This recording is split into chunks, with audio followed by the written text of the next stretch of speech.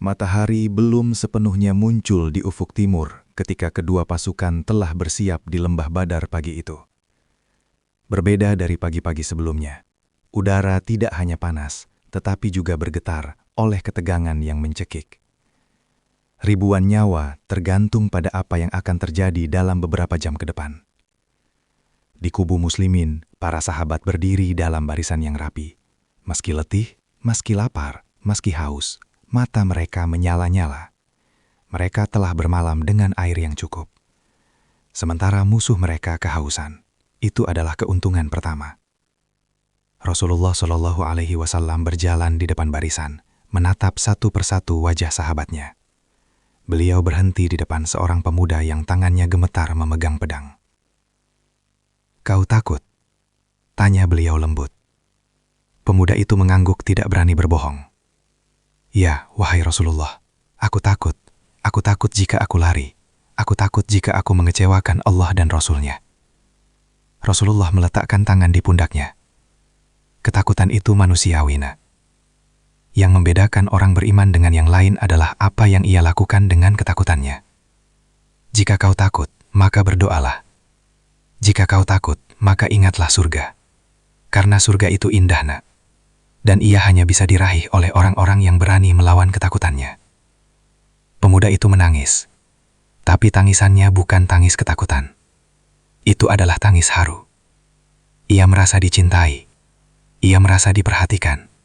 Dan ia bersumpah dalam hatinya, "Demi Allah, aku tidak akan lari hari ini. Aku akan mati di tempatku berdiri, atau aku akan melihat surga dengan mataku sendiri."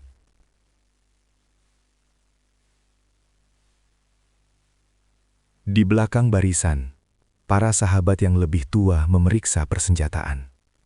Beberapa hanya memiliki pedang yang sudah berkarat. Yang lain hanya membawa tombak bambu. Bahkan ada yang hanya membawa ketapel dan batu. Tapi tidak ada yang mengeluh. Mereka tahu bahwa kemenangan tidak datang dari senjata, tapi dari pertolongan Allah. Dari kejauhan, terlihat pasukan Quraisy mulai bergerak. Mereka membentuk formasi perang yang mengesankan. 1000 pasukan berbaris rapi. 100 kuda di sayap kanan dan kiri. Bendera-bendera berkibar dengan sombongnya. Dan di tengah-tengah mereka, para pemimpin Quraisy duduk di atas kuda-kuda pilihan, memandang pasukan muslimin dengan penuh penghinaan. Abu Jahal memacu kudanya ke depan, dengan suara lantang yang bisa didengar oleh kedua pasukan. Ia berteriak, "Hai Muhammad, kau pikir kau bisa mengalahkan kami dengan pasukan yang kelaparan itu? Lihatlah kami. Kami punya 1000 pedang. Kami punya 100 kuda. Kami punya perut kenyang dan persenjataan lengkap. Keluarlah jika engkau berani." Rasulullah Shallallahu Alaihi Wasallam tidak menjawab. Beliau hanya tersenyum. Tapi para sahabat di belakangnya gemas. Umar bin Khattab menggigit bibirnya, menahan amarah. Hamzah bin Abdul Muthalib sudah memegang pedangnya. "Biarkan aku menghadapinya, wahai Rasulullah," pinta Hamzah. "Belum waktunya, Hamzah," jawab Rasulullah. "Tenang, biarkan mereka yang memulai." Di kubu Quraisy, Utbah bin Rabi'ah, seorang pemuka Quraisy yang lebih bijaksana dari Abu Jahal, menarik Abu Jahal ke samping. Ia berkata dengan suara rendah, "Wahai Abu Jahal, pertimbangkan lagi. Mereka adalah keluarga kita. Mereka adalah keponakan kita. Apakah kita benar-benar ingin membunuh mereka? Bukankah lebih baik kita pulang? Kafilah kita sudah selamat, tidak perlu pertumpahan darah." Abu Jahal memelototinya dengan mata merah. "Diam kau pengecut. Ini bukan soal kafilah. Ini soal harga diri Quraisy. Jika kita pulang tanpa menghabisi mereka, seluruh Arab akan menertawakan kita." Utbah menghela napas. Ia tahu perdebatan tidak ada gunanya. Ia kembali ke barisannya, tapi hatinya berat. Di lubuk hatinya, yang paling ia tahu bahwa hari ini akan menjadi hari yang kelam. Tradisi perang Arab mengharuskan adanya duel tandingan sebelum pertempuran besar dimulai. Dari barisan Quraisy, muncullah 3 pendekar terbaik mereka, Utbah bin Rabi'ah, putranya Syaibah, dan saudaranya Al-Walid bin Robiah. Mereka maju ke depan dengan langkah angkuh. Utbah berteriak, "Hai Muhammad, suruhlah keluar orang-orang yang sepadan dengan kami. Jangan suruh orang-orang Ansyar, karena mereka tidak punya urusan dengan kami. Suruhlah keluarga kami sendiri, anak-anak paman kami." Rasulullah menoleh ke barisannya. Beliau memanggil 3 orang dari Bani Hashim, keluarganya sendiri. Ubaidah bin Haris, majulah. Hamzah, majulah. Ali, majulah. 3 orang itu maju. Ubaidah adalah sepupu Rasulullah, seorang lelaki paruh baya dengan janggut yang mulai memutih. Hamzah adalah paman Rasulullah, singa padang pasir yang belum pernah kalah dalam duel. Ali adalah sepupu muda Rasulullah, baru berusia sekitar 20 tahun, tapi sudah dikenal dengan keberaniannya yang luar biasa. Mereka berhadapan, Utbah, Syaibah, dan Al-Walid, 3 lawan 3. Seluruh lembah hening, bahkan angin berhenti berhembus. Hamzah maju menghadapi Syaibah. Dengan sekali tebas pedang, Hamzah merobohkan lawannya. Syaibah jatuh bersimbah darah. Hamzah berdiri di atasnya. Pedang masih terhunus matanya. Beralih ke duel lain, Ali menghadapi Al-Walid. Al-Walid lebih tua dan lebih berpengalaman, tapi Ali lebih cepat dan lebih lincah.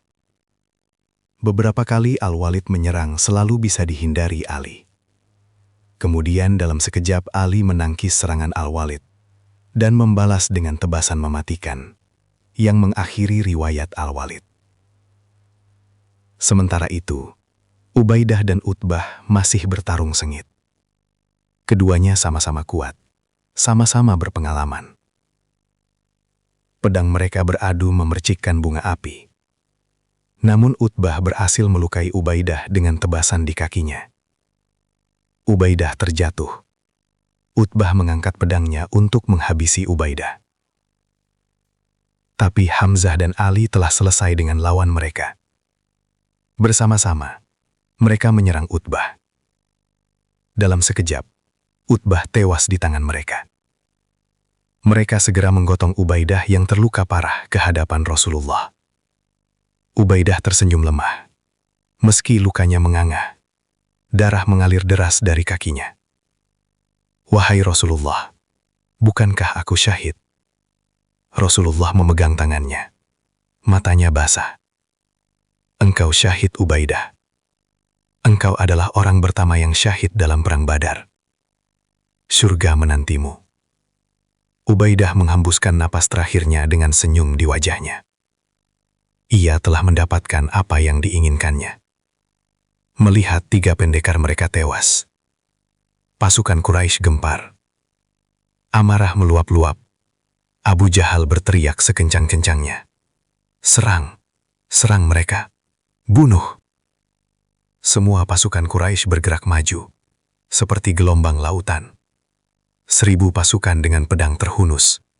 Kuda-kuda menderu, debu berterbangan di mana-mana. Mereka menyerbu dengan kekuatan penuh. Di kubu muslimin, para sahabat bersiap. Mereka tahu bahwa ini saatnya. Tapi sebelum pertempuran pecah, Rasulullah Shallallahu Alaihi Wasallam berbalik dan masuk ke dalam kemah yang telah didirikan untuknya. Beliau sujud, mengangkat tangan berdoa dengan sungguh-sungguh. "Ya Allah, inilah Quraisy. Mereka datang dengan segala kesombongan dan kemegahannya. Mereka hendak mendustakan Rasul-Mu. Ya Allah, jika pasukan kecil ini binasa, maka tidak akan ada lagi yang menyembah-Mu di muka bumi. Ya Allah, turunkanlah pertolongan-Mu. Ya Allah, penuhilah janji-Mu." Rasulullah terus berdoa dengan khusyuk hingga selendangnya terjatuh dari pundaknya. Abu Bakar yang berada di sampingnya segera memungut selendang itu dan menutupkannya kembali. Ia berkata dengan suara bergetar, "Wahai Rasulullah, cukup doamu kepada Tuhanmu, sesungguhnya Dia pasti menepati janjinya." Di luar kemah, pertempuran telah berkecamuk. Para sahabat bertempur dengan gagah berani. Mereka yang tadinya letih, lapar dan haus, kini bertempur seperti singa. Umar bin Khattab maju ke depan. Dengan pedangnya yang terkenal, Hamzah mengamuk di tengah musuh. Setiap tebasannya merobohkan satu orang. Ali bergerak lincah di antara musuh. Pedangnya menari-nari membawa maut. Tapi, jumlah mereka terlalu sedikit. 313 melawan 1000. Beberapa sahabat mulai terdesak. Seorang pemuda Ansyar terjatuh ditikam dari belakang. Seorang muhajir terdesak oleh 3 musuh sekaligus. Di saat-saat genting itulah, Rasulullah Shallallahu Alaihi Wasallam keluar dari kemah. Wajahnya bercahaya. Ada keyakinan yang tak tergoyahkan di matanya. Beliau mengambil segenggam kerikil dari tanah, lalu melemparkannya ke arah pasukan Quraisy seraya berseru, "Wajah-wajah itu buruk rupa, kalahkan mereka." Subhanallah, kerikil-kerikil itu terbang, dan atas izin Allah, setiap kerikil mengenai wajah setiap pasukan Quraisy, tidak ada yang luput. Mereka terkejut, mengusap mata mereka yang kemasukan debu. Kekacauan melanda barisan Quraisy. Rasulullah Shallallahu Alaihi Wasallam kemudian berteriak lantang, "Seranglah mereka, majulah, surga di bawah naungan pedang." Para sahabat yang mendengar seruan itu seakan mendapat tenaga baru. Mereka maju dengan semangat yang membara. Allahu Akbar, Allahu Akbar. Takbir bergemuruh di lembah Badar. Dan di saat itulah pasukan yang tidak terlihat turun ke medan perang. Di langit, Jibril memimpin ribuan malaikat turun ke bumi. Mereka turun dengan wujud yang gagah, menaiki kuda-kuda dari cahaya. Wajah mereka bercahaya. Senjata mereka dari kilat. Mereka turun di tengah-tengah pertempuran tanpa terlihat oleh mata manusia biasa. Rasulullah Shallallahu Alaihi Wasallam yang mendapatkan wahyu melihat mereka. Beliau tersenyum dan berkata kepada Abbas yang berada di sampingnya, "Wahai Abbas, inilah saatnya. Malaikat telah datang." Di medan perang, para sahabat merasakan keanehan. Musuh-musuh mereka tiba-tiba terjatuh tanpa sebab yang jelas. Seorang prajurit Quraisy sedang maju menyerang. Tiba-tiba lehernya terbelah padahal tidak ada pedang yang menyentuhnya. Yang lain sedang berlari. Tiba-tiba kakinya patah jatuh tersungkur. Seorang sahabat Ansyar bernama Abdullah bin Rawaha sedang bertempur dengan sengit. Ia melihat seorang prajurit Quraisy besar sedang menyerangnya dari samping. Sebelum ia sempat bergerak, prajurit itu tiba-tiba terpental ke belakang. Lehernya patah seolah-olah dipukul oleh kekuatan tak terlihat. Abdullah tercengang. Ia menoleh ke kiri dan kanan. Tidak ada siapapun di dekatnya. Lalu ia tersenyum. "Malaikat," bisiknya. "Mereka ada di sini."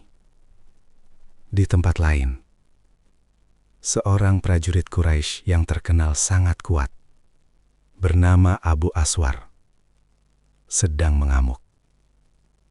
Ia telah membunuh 3 orang muslimin. Tiba-tiba dari arah belakang, ada tebasan yang merobohkannya.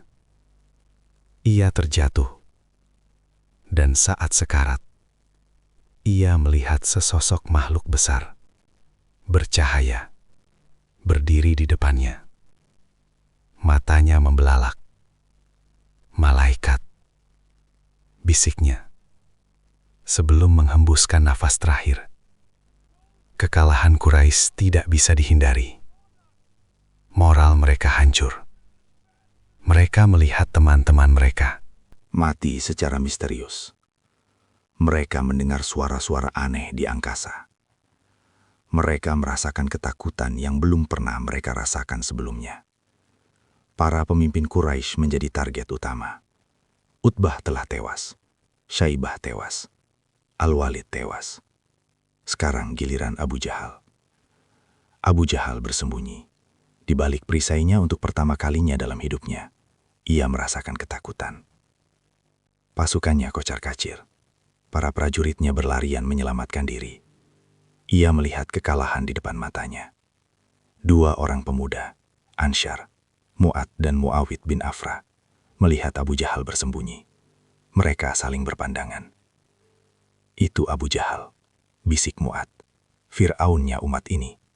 Jika kita bisa membunuhnya, ini akan menjadi pukulan telak bagi Quraisy." Dengan hati-hati, mereka merayap mendekat. Mu'ad maju lebih dulu. Dengan sekuat tenaga, ia menebaskan pedangnya ke kaki Abu Jahal. Abu Jahal terjatuh dengan teriakan kesakitan. Namun ia masih bisa mengangkat pedangnya dan menyerang balik. Mu'ad terkena tebasan di tangannya. Hampir putus. Muawid segera maju membantu. Bersama-sama, mereka terus menyerang Abu Jahal. Akhirnya Abu Jahal terkapar, terluka parah. Namun kedua pemuda itu juga terluka, kehabisan tenaga. Tak lama kemudian, Abdullah bin Mas'ud, seorang sahabat yang kurus dan kecil melewati tempat itu. Ia melihat Abu Jahal tergeletak, matanya membelalak. Abu Jahal. Ia mendekat, memastikan. Abu Jahal membuka matanya. Ketika melihat Abu Jahal bin Mas'ud, ia tersenyum sinis, meski kesakitan. Kau kambing gunung yang kurus itu, sungguh hina rasanya mati di tanganmu. Abdullah tidak marah, ia hanya tersenyum. Tidak ada yang hina jika mati di jalan Allah, dan tidak ada yang mulia jika mati dalam kekafiran. Ia menginjak leher Abu Jahal, lalu memenggal kepalanya. Kepala Fir'aun Quraisy itu terpisah dari badannya. Abdullah mengangkat kepala itu tinggi-tinggi, berteriak, "Allahu Akbar, Abu Jahal telah tewas." Seluruh lembah bergemuruh, takbir berkumandang dari segala penjuru. Pasukan Quraisy yang masih tersisa melihat pemimpin mereka tewas, kehilangan semangat sama sekali. Mereka lari tunggang langgang, meninggalkan senjata dan harta mereka. Matahari mulai terbenam di ufuk barat, pertempuran telah usai. Lembah Badar yang tadinya sunyi, kini dipenuhi mayat-mayat bergelimpangan. 70 orang Quraisy tewas, 70 lainnya ditawan. Dari pihak muslimin, 14 orang gugur sebagai syuhada. Rasulullah Shallallahu Alaihi Wasallam berjalan di antara mayat-mayat itu. Beliau berhenti di dekat sumur tua, tempat mayat-mayat Quraisy dikuburkan. Satu persatu, beliau memanggil nama mereka. Wahai Utbah bin Robi'ah, wahai Syaibah bin Robi'ah, wahai Umayyah bin Khalaf, wahai Abu Jahal bin Hisham, apakah kalian telah mendapatkan apa yang dijanjikan Tuhan kalian? Sesungguhnya aku telah mendapatkan apa yang dijanjikan Tuhanku dengan sebenar-benarnya. Para sahabat yang mendengar heran. Wahai Rasulullah, apakah mereka dapat mendengar seruanmu? Beliau menjawab, mereka sekarang lebih mendengar dariku daripada kalian. Hanya saja mereka tidak bisa menjawab. Di kemah muslimin, suasana harum menyelimuti. Para sahabat yang selamat merawat, yang terluka menangisi yang gugur. Di antara yang gugur ada Umair bin Abi Waqqas, pemuda 16 tahun yang bermimpi tentang taman indah. Ia ditemukan tersenyum meski tubuhnya penuh luka. Sa'ad bin Abi Waqqas, kakaknya, menangis di samping jenazah adiknya. Ia mendapatkan mimpinya, bisiknya. Ia sekarang di taman itu. Rasulullah Shallallahu Alaihi Wasallam mendatangi jenazah para syuhada. Satu persatu beliau sholat atas mereka, mendoakan mereka. Ketika sampai di jenazah Umair, beliau berhenti agak lama. Pemuda ini, sabda beliau, akan menjadi pemberi syafaat bagi 70 orang keluarganya. Di akhirat nanti, para tawanan diperlakukan dengan baik. Meski para sahabat sendiri kekurangan makanan, mereka lebih mendahulukan tawanan. Seorang tawanan Quraisy bernama Abu Aziz bin Umair, saudara Mus'ab bin Umair, menangis melihat bagaimana para sahabat memberi mereka roti, sementara mereka sendiri hanya makan kurma. Aku tidak akan pernah melupakan ini, bisik Abu Aziz. Kalian mengajarkan aku apa itu Islam sebenarnya. Malam tiba di lembah Badar. Bulan Ramadan masih bersinar. Namun suasana telah berubah. Lembah yang tadinya menjadi saksi pertempuran paling sengit, kini sunyi. Hanya angin malam yang berbisik, membawa kabar kemenangan ke Madinah, dan membawa kabar kekalahan ke Mekah. Rasulullah Shallallahu Alaihi Wasallam berdiri sendirian di atas bukit kecil, memandangi langit yang bertabur bintang. Beliau bersyukur. Beliau menangis. Beliau berdoa, "Ya Allah, segala puji bagimu. Engkau telah menepati janjimu. Engkau telah menolong hamba-Mu. Engkau telah mengalahkan pasukan Quraisy. Dengan izin-Mu, ya Allah, terimalah para syuhada. kami ampuni dosa-dosa kami. Berkahi kami dengan kemenangan ini. Dan jadikanlah ini sebagai awal kejayaan Islam, bukan akhir. Di langit, bintang-bintang seolah berkedip setuju. Di bumi, lembah Badar menyerap darah para pemberani.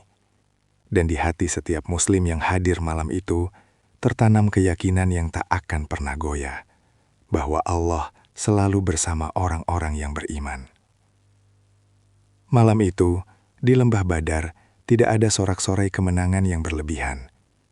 Yang ada adalah tangisan haru dan suara tahajud yang menggema di antara tenda-tenda sederhana. Bulan Ramadan masih bercahaya, namun udara terasa berbeda, lebih suci, lebih dekat dengan langit. Di dalam kemahnya, Rasulullah Shallallahu Alaihi Wasallam tidak tidur. Beliau menghabiskan malam dengan sujud panjang, bersyukur atas pertolongan Allah. Di luar, para sahabat bergantian menjaga. Ada yang sholat, ada yang merenung, ada yang menangis.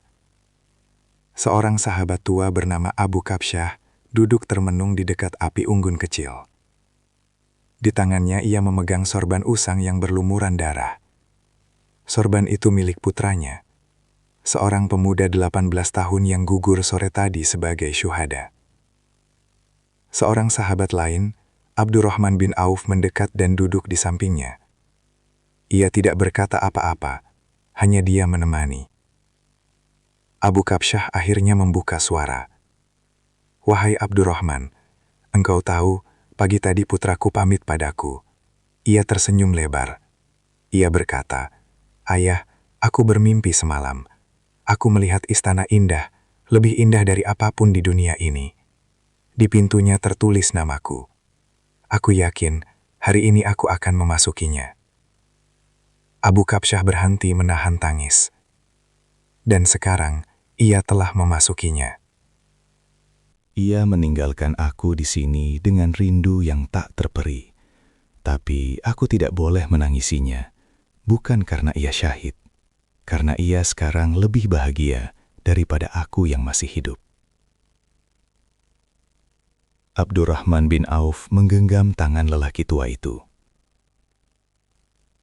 "Paman, engkau boleh menangis. Rasulullah sendiri menangis ketika putranya Ibrahim wafat. Menangis karena rindu itu manusiawi.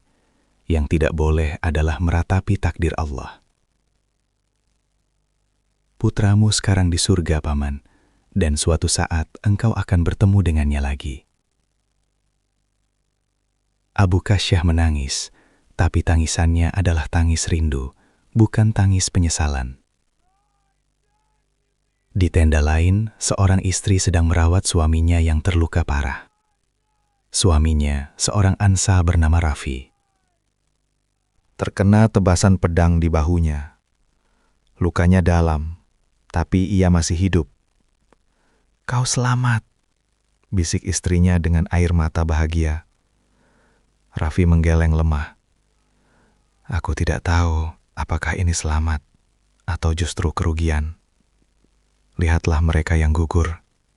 Mereka sekarang di surga, bersama para nabi dan syuhada. Sementara aku masih di sini, harus berjuang lagi, harus menahan lapar dan haus lagi di bulan Ramadan." Istrinya tersenyum. "Syukurilah, Rafi. Allah masih memberi kita kesempatan untuk beribadah lebih lama, kesempatan untuk bertaubat lebih banyak, kesempatan untuk melihat anak-anak kita tumbuh." Rafi memandang istrinya dengan penuh cinta. "Kau benar. Mungkin ini ujian yang berbeda. Mereka diuji dengan kematian. Aku diuji dengan kehidupan. Keduanya berat, tapi keduanya akan membawa kita pada Allah jika kita menjalaninya dengan iman." Pagi harinya, para tawanan Quraisy dikumpulkan di satu tempat. 70 orang, terdiri dari para pemuka Quraisy dan prajurit biasa. Mereka diikat dengan tali, duduk di atas pasir dengan wajah tertunduk malu. Beberapa dari mereka adalah keluarga dekat para sahabat, paman, sepupu, bahkan saudara kandung. Mus'ab bin Umair, salah seorang sahabat mulia, berjalan di antara para tawanan. Tiba-tiba ia berhenti. Di depannya duduk seorang lelaki yang sangat dikenalnya, Abu Aziz bin Umair, saudara kandungnya sendiri. Mus'ab menatap saudaranya. Abu Aziz menunduk, tidak berani menatap mata Mus'ab. Dulu di Mekah, Mus'ab adalah orang yang diremehkan, dihinakan, karena masuk Islam. Abu Aziz termasuk yang paling keras menghina dan menyiksanya. Sekarang posisi mereka terbalik. Mus'ab bebas dan mulia. Abu Aziz terbelenggu sebagai tawanan. Abu Aziz panggil Mus'ab lembut. Abu Aziz mengangkat kepala, perlahan. Matanya berkaca-kaca. "Bagaimana perlakuan mereka terhadapmu?" tanya Mus'ab. Abu Aziz terkejut. Ia mengira Mus'ab akan menghinanya, membalas perlakuan buruknya dulu. Tapi tidak. Mus'ab justru menanyakan keadaannya. Mereka memperlakukanku dengan baik, jawab Abu Aziz terbata-bata. Mereka memberi makan, meski mereka sendiri kekurangan. Kemarin mereka memberiku roti, sementara mereka hanya makan kurma. Aku bertanya mengapa, dan mereka menjawab, Rasulullah memerintahkan kami untuk berbuat baik kepada tawanan. Air mata Abu Aziz jatuh. Mus'ab, apa agama ini? Agama apa yang mengajarkan pengampunan seperti ini? Mus'ab tersenyum. Ini adalah momen yang ia nanti-nantikan. Ini adalah Islam Abu Aziz. Agama yang mengajarkan bahwa kemuliaan bukan dari keturunan atau harta, tapi dari ketakwaan. Agama yang mengajarkan bahwa musuh pun harus diperlakukan dengan adil dan manusiawi. Abu Aziz menangis terseduh-seduh. Mus'ab, aku malu. Aku malu atas semua yang telah kulakukan padamu dulu. Aku malu atas kesombonganku. Aku malu karena aku datang ke sini untuk membunuh kalian. Tapi kalian justru memberiku makan. Mus'ab berlutut di depan saudaranya. Belum terlambat. Abu Aziz, pintu taubat selalu terbuka. Rasulullah mengajarkan bahwa Islam menghapus dosa-dosa. Sebelumnya, Abu Aziz memandang Mus'ab dengan mata penuh harap. Apakah mungkin aku diterima setelah semua yang kulakukan? Mus'ab menarik tangan saudaranya. Mari kita menghadap Rasulullah. Di tenda Rasulullah berkumpul para pemuka sahabat untuk membahas nasib para tawanan. Ini adalah masalah besar. Belum ada pedoman dari Allah tentang bagaimana memperlakukan tawanan perang. Keputusan harus diambil dengan bijak. Rasulullah membuka musyawarah. Wahai para sahabatku, apa pendapat kalian tentang tawanan ini? Abu Bakar Asy-Siddiq berdiri lebih dulu. Wahai Rasulullah, mereka adalah keluarga dan kerabat kita. Meski mereka memerangi kita, mereka tetap bagian dari kita. Aku berpendapat lebih baik kita menerima tebusan dari mereka. Uang tebusan itu bisa kita gunakan untuk memperkuat kaum muslimin. Dan siapa tahu dengan kebaikan ini, Allah membuka hati mereka untuk masuk Islam. Umar bin Khattab berdiri dengan wajah tegang. Wahai Rasulullah, izinkan aku berbeda pendapat dengan Abu Bakar. Mereka adalah pemimpin kekafiran. Merekalah yang menyiksa kita di Mekah. Merekalah yang mengusir kita dari tanah air kita. Merekalah yang datang ke sini untuk membunuh kita. Aku berpendapat kita penggal leher mereka semua, biar Quraisy tahu bahwa memerangi Islam berarti kehilangan pemimpin-pemimpin mereka. Rasulullah dia mendengarkan kedua pendapat beliau, kemudian berpaling kepada yang lain. Bagaimana pendapat kalian? Abdullah bin Rawahah berkata, Wahai Rasulullah, aku melihat hikmah dalam pendapat Abu Bakar. Kebaikan bisa meluluhkan hati yang keras. Sa'ad bin Mu'ad berkata, Wahai Rasulullah, aku juga cenderung pada pendapat Umar. Mereka adalah ular berbisa. Membiarkan mereka hidup sama dengan memberi kesempatan mereka untuk menggigit lagi. Musyawarah berlangsung alot. Masing-masing punya argumen kuat. Rasulullah mendengarkan semua dengan sabar. Kemudian beliau berdiri dan meninggalkan tenda. Para sahabat saling berpandangan. Mereka tahu bahwa Rasulullah pergi untuk meminta petunjuk Allah. Tak lama kemudian, Rasulullah kembali. Wajahnya berseri-seri. Allah telah menurunkan firman-Nya. Sabda beliau, beliau membacakan surah Al-Anfal ayat 67 hingga 68 yang artinya, tidak patut bagi seorang nabi mempunyai tawanan sebelum ia dapat melumpuhkan musuhnya di muka bumi. Kamu menghendaki harta benda duniawiyah, sedangkan Allah menghendaki pahala akhirat, dan Allah Maha Perkasa lagi Maha Bijaksana. Kalau sekiranya tidak ada ketetapan yang telah terdahulu dari Allah, niscaya kamu ditimpa siksaan yang besar karena tebusan yang kamu ambil. Para sahabat terdiam. Ayat ini turun dengan nada yang agak menegur pilihan untuk mengambil tebusan. Namun di akhir ayat disebutkan bahwa Allah telah menetapkan sebelumnya bahwa tebusan diperbolehkan. Ini adalah rahmat. Rasulullah kemudian menjelaskan, Allah membolehkan kalian mengambil tebusan. Tapi ketahuilah, jika ada ketetapan yang tidak tertulis azab telah menimpa kalian, maka ambillah tebusan itu dan gunakanlah untuk kebaikan. Para sahabat bersyukur, keputusan diambil, tawanan boleh ditebus, tapi ada syaratnya. Bagi yang tidak mampu membayar tebusan, mereka harus mengajar 10 anak muslim membaca dan menulis sebagai ganti tebusan. Ini adalah keputusan yang luar biasa, bukan hanya soal uang, tapi juga soal peradaban.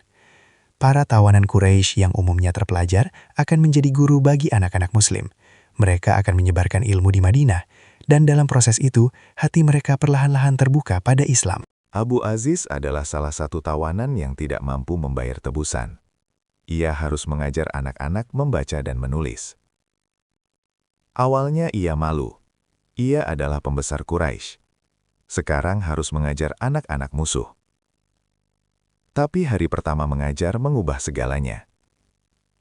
Ia masuk ke halaman Masjid Nabawi. Di sana duduk puluhan anak dengan mata bersinar-sinar. Mereka memandang Abu Aziz dengan penuh rasa ingin tahu. Bukan dengan kebencian. Seorang anak kecil, mungkin berusia 7 tahun, bertanya, "Paman, benarkah paman dulu memerangi ayah kami?" Abu Aziz Terkejut. Ia tidak tahu harus menjawab apa. Anak itu melanjutkan, "Tapi paman sekarang mengajari kami. Berarti paman baik kan? Berarti paman sudah berubah." Abu Aziz menangis. Ia tidak bisa menahan air matanya.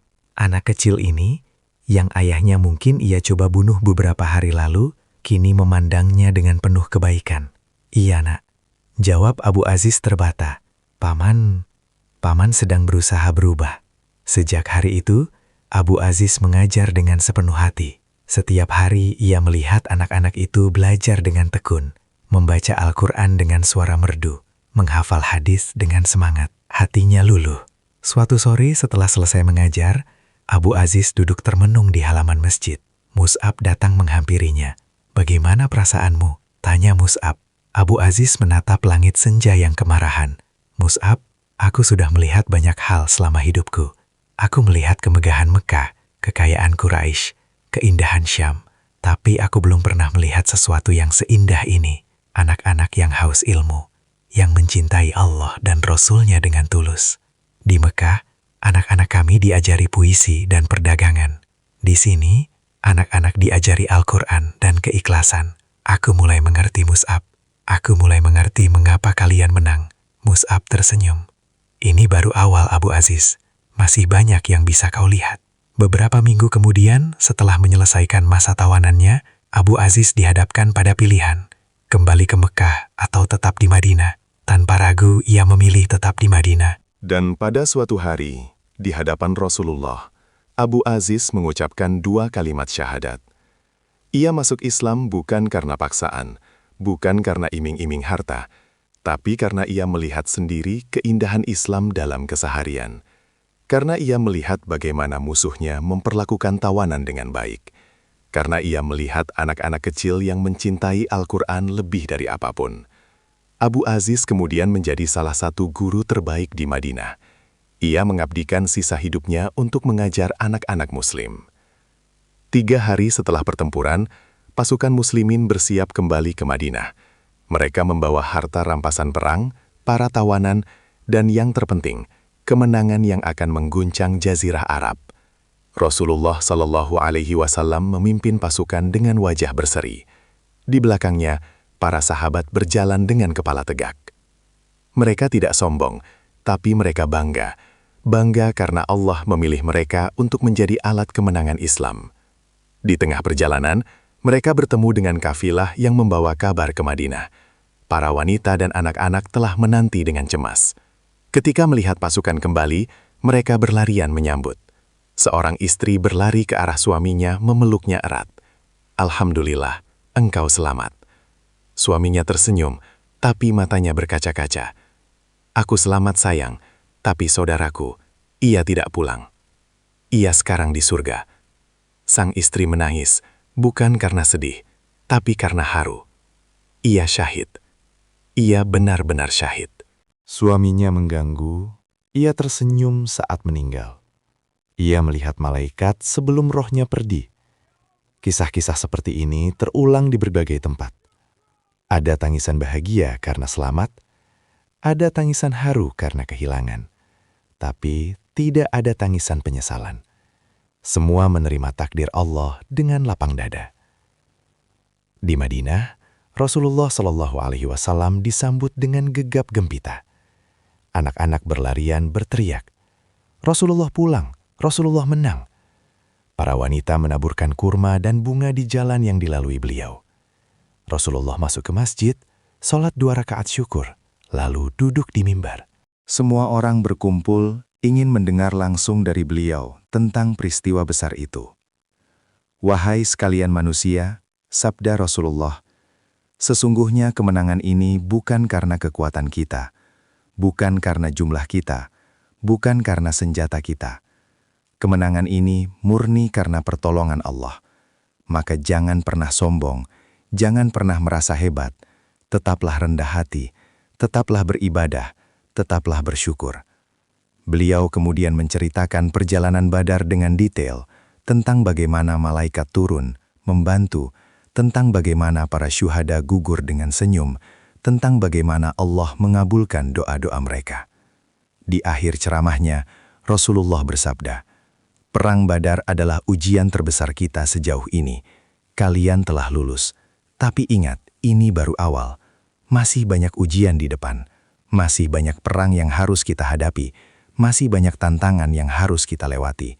Tapi selama kalian berpegang pada Al-Quran dan Sunnahku, selama kalian tetap bersatu, selama kalian tetap beriman, maka pertolongan Allah akan selalu datang."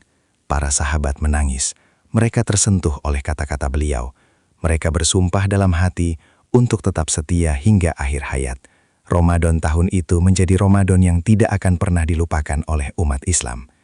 Di Lembah Badar, 313 orang yang berpuasa telah membuktikan bahwa iman bisa mengalahkan jumlah, bahwa keyakinan bisa mengalahkan kekuatan, bahwa pertolongan Allah pasti datang bagi hambanya yang tulus.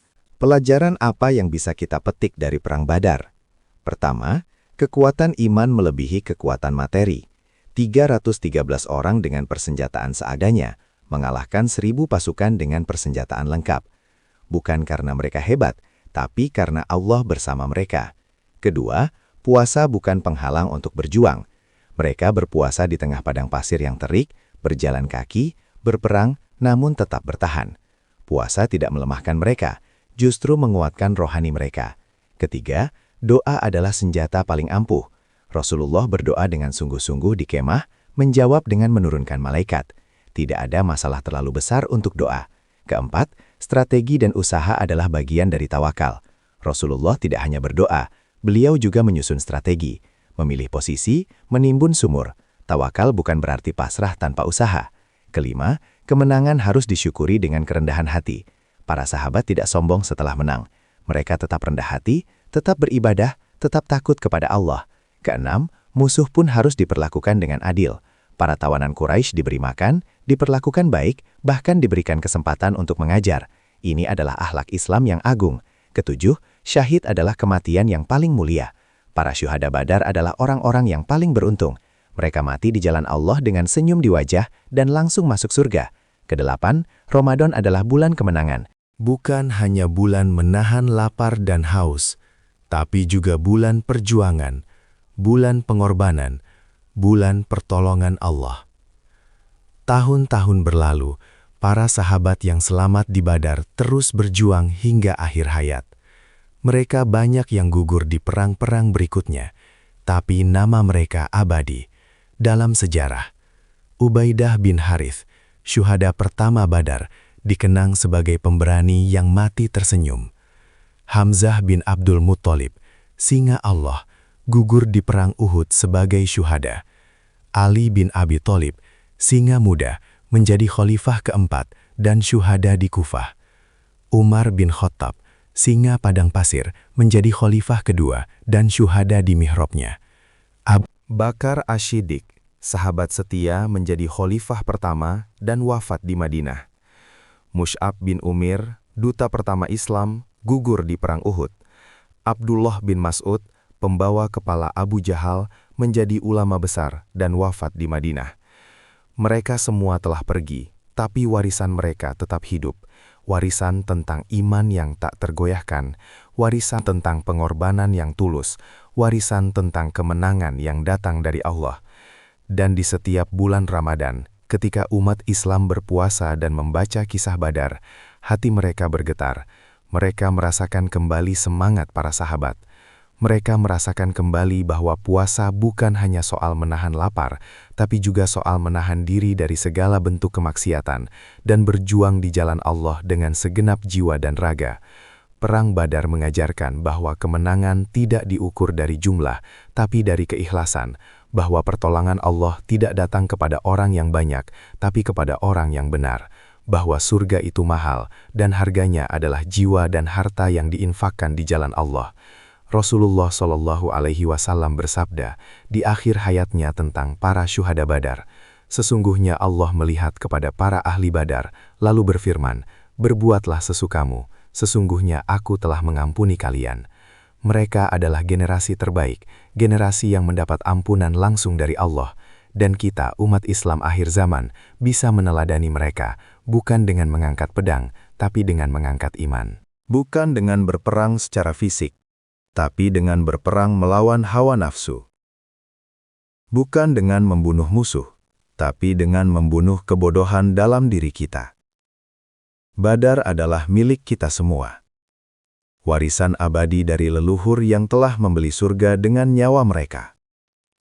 Dan di setiap detak jantung kita, di setiap tarikan napas kita, di setiap sujud kita, Badar hidup kembali. Sebagai pengingat bahwa iman jika benar-benar dihidupkan, bisa memindahkan gunung. Sesungguhnya Allah telah menolong kamu dalam peperangan Badar, padahal kamu adalah orang-orang yang lemah.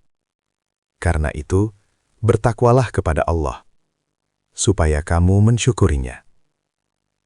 Quran Surat Ali Imran, ayat 123.